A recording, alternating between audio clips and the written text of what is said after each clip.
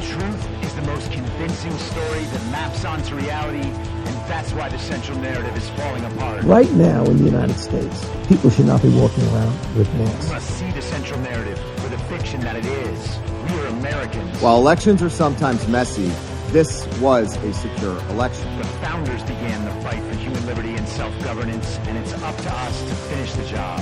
I'll tell you what, we are in a truth emergency right now. This is the end game.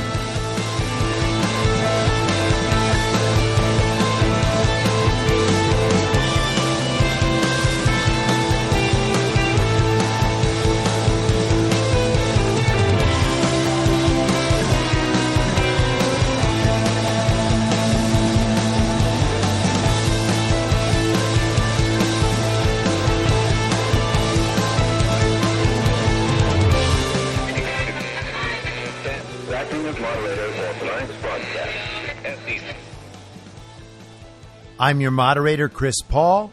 Let's be reasonable. This will not be a normal episode of the podcast. This will be an Audible Essay, part 5 of A Story About Reality. You can find the series featured on my Substack, imyourmoderator.substack.com. It was written in March of 2022 after the launch of Truth Social, Donald Trump's social media platform, and the appearance of the @Q account on Truth Social. This is A Story About Reality, Part 5. Where did you go? It was just getting good. The media helped create this hatred and oppression, and they got paid to do it. Those journalists who preferred having a blue check mark to telling the truth gleefully set about morally and intellectually justifying a movement designed to create bigotry on behalf of the most powerful people in the world and their agenda. These journalists do not understand in the days ahead, people will not look fondly on those who lied to them for profit and acclaim. They are still churning out new versions of their one QAnon article every time they want to make an idea dangerous to people who find ideas dangerous. They show no signs of stopping, despite the fact that Q stopped posting on December 8th, 2020. Q disappeared, and yet QAnon is everywhere. And the article contains screenshots with examples of Q-related headlines just from March 2022. ABC News. Russia's baseless claims about secret American biological warfare labs in Ukraine are taking root in the U.S., too, uniting COVID-19 conspiracy theorists, QAnon adherents, and some supporters of ex-President Donald Trump. And, of course, those biolabs proved to be true.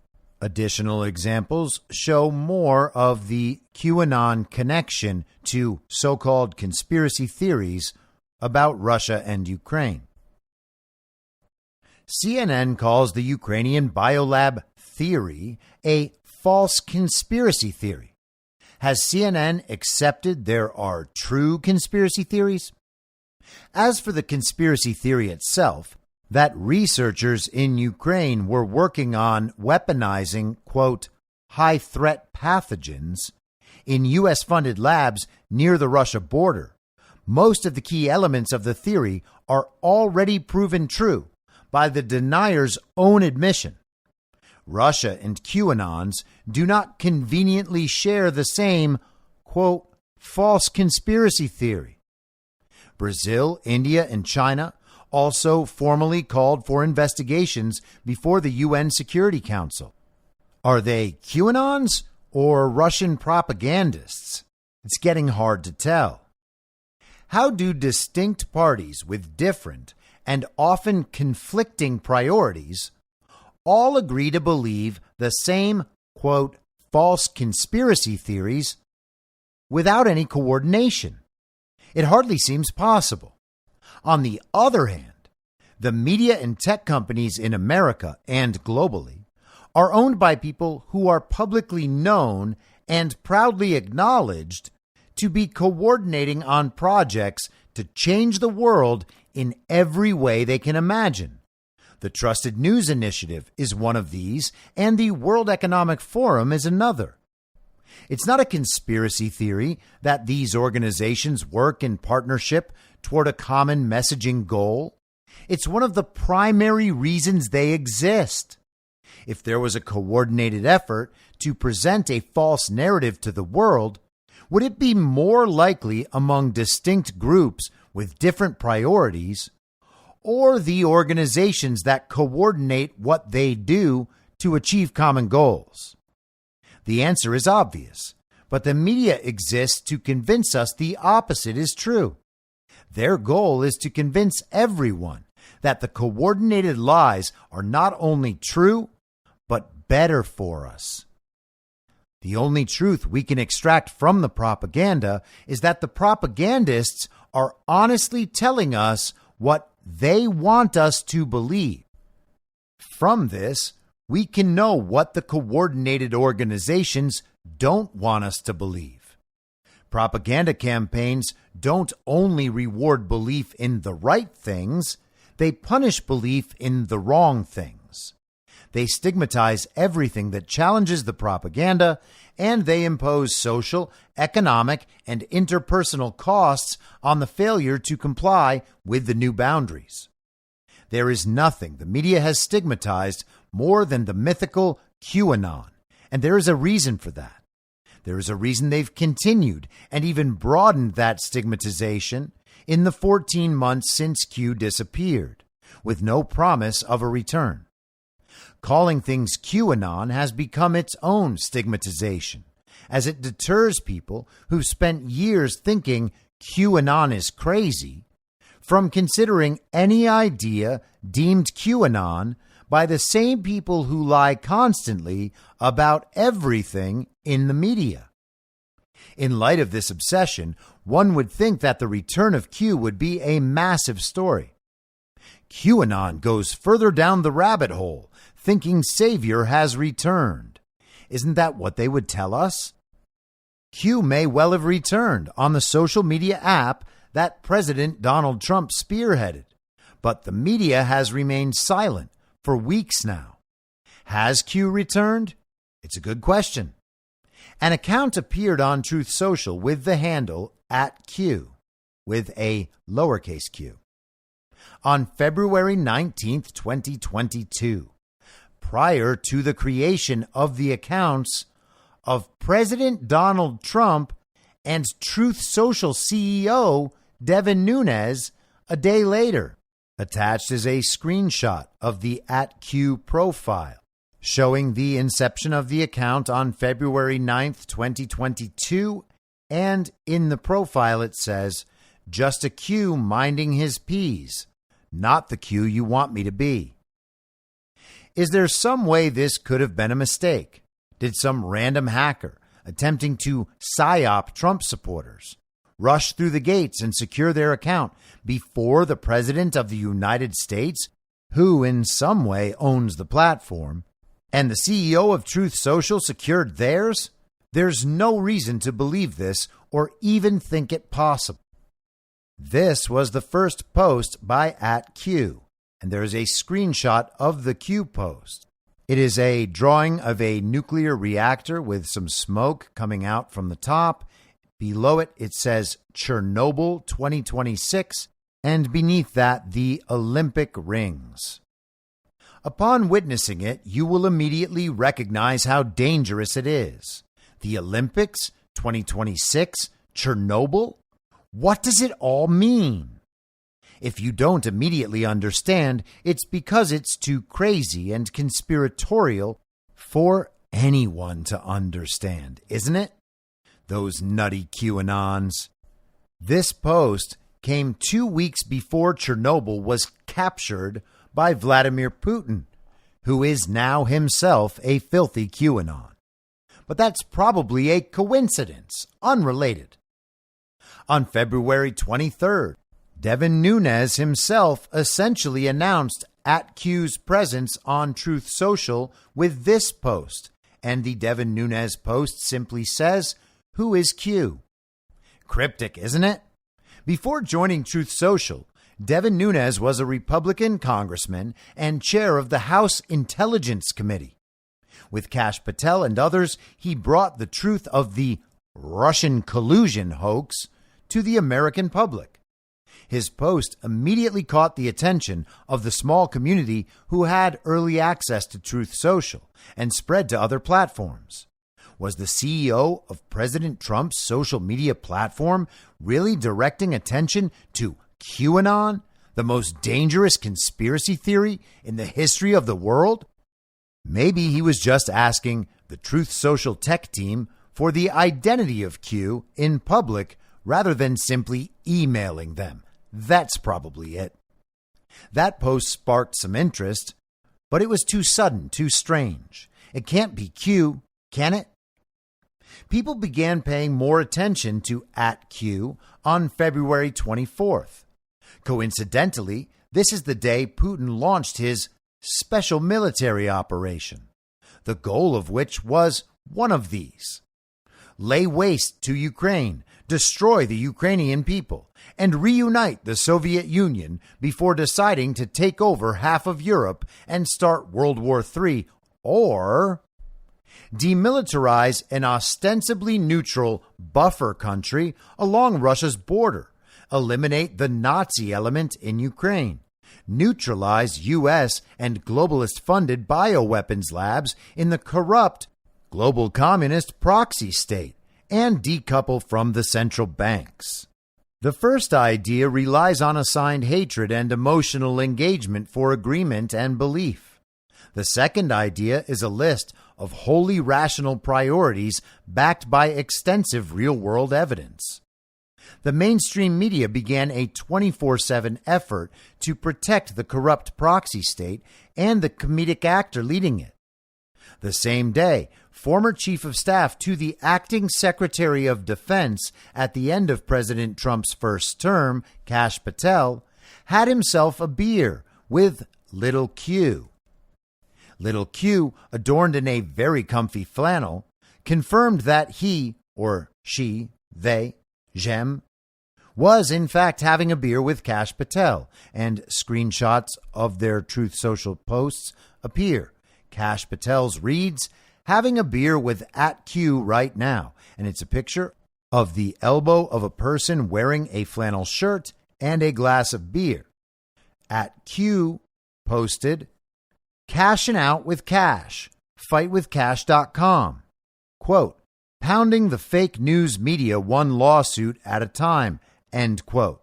And it's a picture of Kash wearing a cashed out shirt with a beer in his hand. Soon after, to quell the rampant speculation of the deranged QAnons, they said the interactions between the higher-ups at Truth Social, believed to be not only in Trump's inner circle, but potentially related to the Q information phenomenon, and the @Q account were just for fun. They were merely trolling the mainstream media. Quote, attempts to troll mainstream media, sending QAnon followers into frenzy with Q's return, end quote, was not a headline that appeared anywhere in the media. Perhaps those genius bloggers who'd spent time on the theory that JFK Jr. was returning any minute, a claim explicitly denied by Q, were too savvy to fall for such a blatant attempt to confuse them. And attached is Q post 2611, where a question was asked by an Anon saying, "Is JFK Jr. alive?" And Q responds, "No." Strange, isn't it, that the media pretends QAnon believes this, even though Q denies it? There's been no shortage of articles covering Truth Social. The mainstream media points out that the app is only running on iPhones and hasn't come online for Android users yet. They point out that the app isn't available abroad and that a relatively small number of users have been able to make it through the onboarding process to access the app. The media ignores that hundreds of thousands of people, perhaps millions, remain on the wait list, nor do they explain why access is limited. The media consistently reports on every drop in the stock price of Digital World Acquisition Corporation as proof that the app is a failure, and they have been for months. And a headline from CNBC is attached. Trump SPAC stock, Digital World Acquisition Corp, plunges after news spreads of delayed app launch.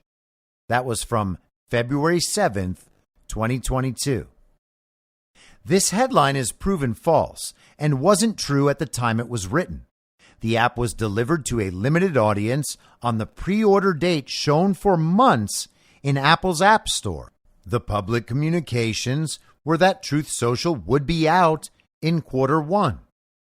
Twitter, Facebook, and Google are all dealing with class action lawsuits by Donald Trump on behalf of the American people's First Amendment. Public proof is emerging of big tech's involvement in various crimes against humanity, facilitating biowarfare, election theft, the overthrow of legitimate governments, censorship, aid in human trafficking, child and sex trafficking, drug trafficking, etc. A platform wholly separate from big tech that is functional, stable, and allows free political speech while avoiding actively trying to destroy its own customers, is a solid bet in the markets and otherwise. Even if the app was delayed, and it was not, the appetite for the app is growing, not shrinking. This is obviously fake news, and it is targeted. A screenshot attached from Investor Place. The headline: No one is using Truth Social, so Digital World Acquisition is plummeting. Since the app's launch, media coverage has consistently tried to destroy the Truth Social brand before it reaches critical mass. There is zero chance the media accomplishes this. They have lost all credibility. Everyone on Truth Social and the millions of people on the waiting list understand that the onboarding of new users will be happening gradually and for good reason. The Truth Social team hopes to keep the app free from bots. Very few Americans understand that the massive follower numbers on the legacy social media platforms, Instagram, Facebook, Twitter, YouTube, are inflated by bots and manipulated by algorithms, as are likes and engagement. Many of the comments on posts are simply fake. Bots exist to change people's perception of the information they're consuming. Knowing the platforms have this capacity and use it to achieve political ends, why should any of what is shown be believed? YouTube was forced to remove the thumbs down reaction for a reason. Side note: before Spotify's Anchor podcast platform took my podcast down without warning, I discovered through sheer chance that the number of plays of each episode were being assigned by algorithm. Play count is the factor that determines a podcast's payout. Should we expect that parent company Spotify does any differently for the great musicians on their platforms? Artists are being swindled. The price quotes for Instagram influencers are determined by follower numbers and engagement. People pay to game these systems. There is simply no reason to trust any of it. How much of what is currently happening in our world is a direct result of similarly blatant fraud? The algorithm tells us what's okay to believe by showing us everyone else believes it. What would people feel free to believe and express if they hadn't been convinced of their status as a tiny minority who must be evil or crazy for not supporting the new thing? People have believed they were experiencing a genuine human interaction through their phones that would reflect the real world if only everyone crossed paths. That is a myth, and people are coming to understand it. While the reality of that interaction doesn't exist, the possibility of it does. People long for that possibility in a world that seems impossible to understand. The technology that could enable that transmission of information, that bond, has been used to eliminate it by people whose goal is the absolute control of everything. That's not the fault of the technology. It's the fault of the corporate CEOs, governments, and the military-industrial complex that has, in part, built these platforms. At the very least, they have weaponized this information technology against the American people. This is not a conspiracy theory. And the link attached is to an article from the Washington Times from May 6th, 2020, with the headline, "Defeat Disinfo to Use AI to Battle Trump Tweets, Boost Counter Messages with Influencers." This is Department of Defense technology that was deployed in the Middle East in the so-called War on Terror, redirected against American citizens. Legacy social media platforms are demoralization machines. The algorithms have a better psychological and behavioral profile of you than you have of yourself. They can easily manipulate your mood throughout the day. They can make you feel wrong about everything you see, think, and believe. They choose who will see your content, and they choose whose content you will see. Disagree with the new thing? They'll feed you counter content until you believe that everyone else agrees with the new thing, leaving you as the outcast. Thankfully, the effect has largely worn off, and people are not only deleting their profiles, but unlearning the behaviors that maintained their addiction.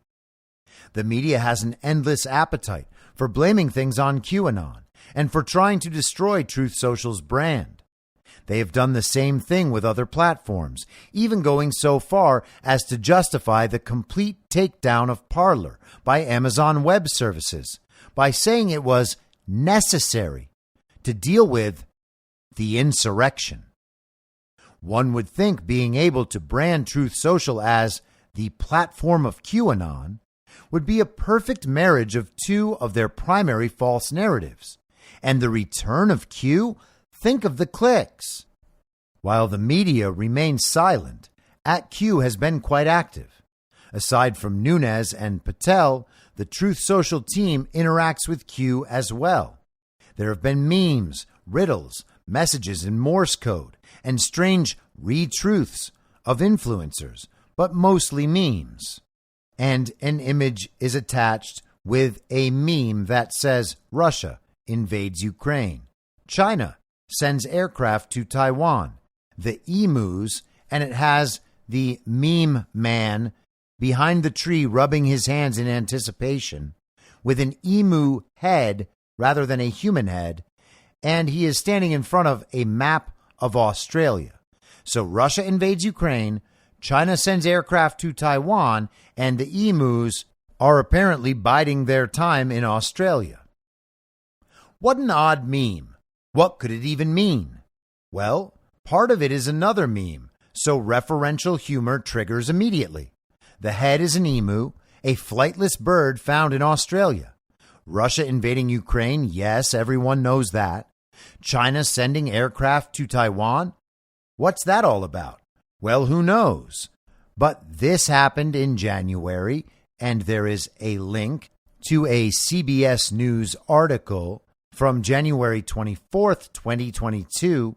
The headline is, China flies 39 warplanes into Taiwan's air defense zone in a day. And this one more recently.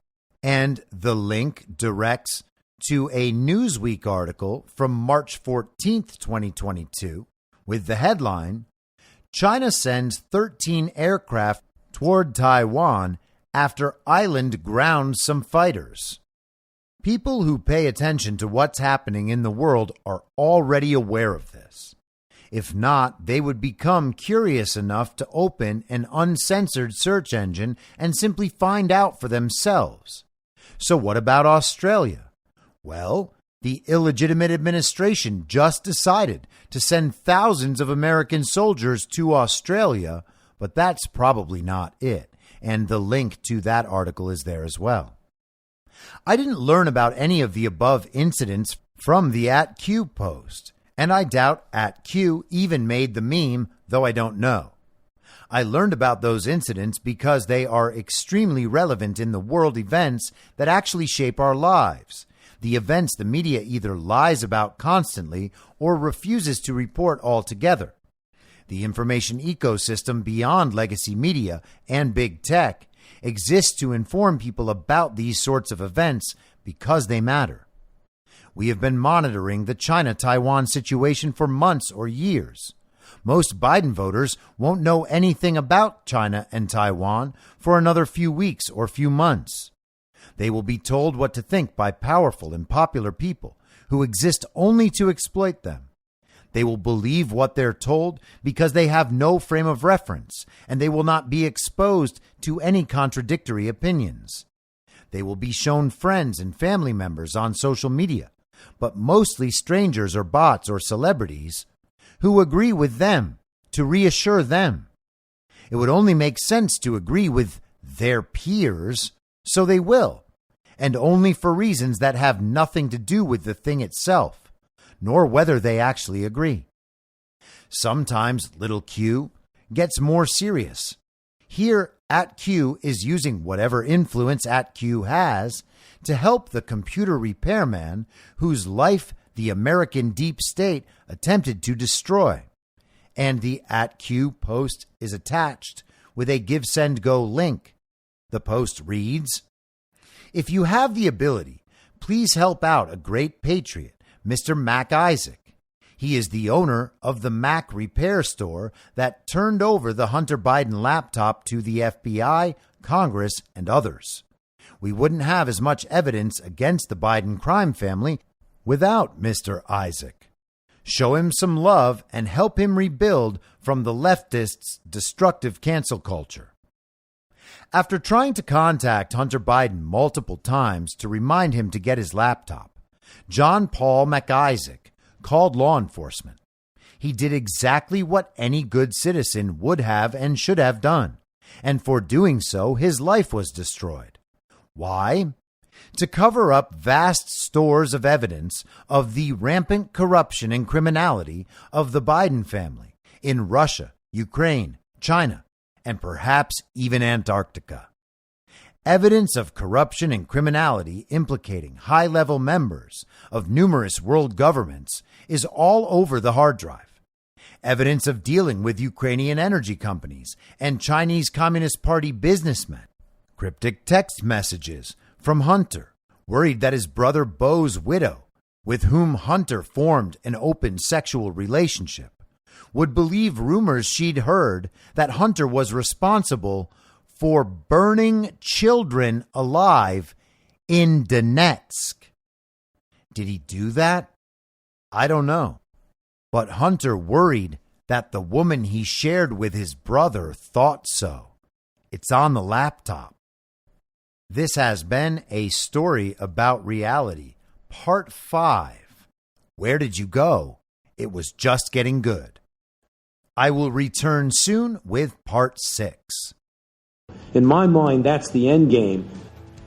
If you're listening to this episode for free, you can support me and support the show and the work I do by signing up for a paid subscription at imyourmoderator.substack.com. You can do so for as low as $50 a year or $5 a month. Comes out to under a quarter per episode, and you'll blast right through the paywall for all of the writing. The merch store is www.cancelcouture.com, and you can find everything else by heading to Linktree, linktree.com/imyourmoderator. And I'll see you soon out on the range.